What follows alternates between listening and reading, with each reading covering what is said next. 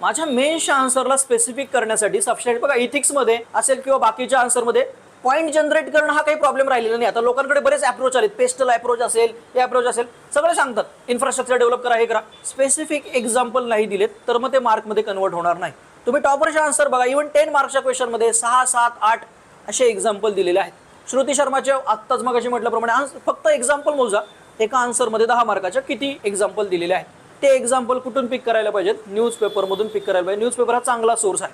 म्हणजे इव्हन आजचं न्यूजपेपर तुम्ही स्कॅन केला असेल तर साताऱ्यामधलं एक गाव आहे बघा, तिथं कम्प्लिटली सोलार 100% सोलार एनर्जी त्यांनी हार्नेस केलेली आहे किंवा यूज केलेली आहे. सो ते एक्झाम्पल पाहिजे.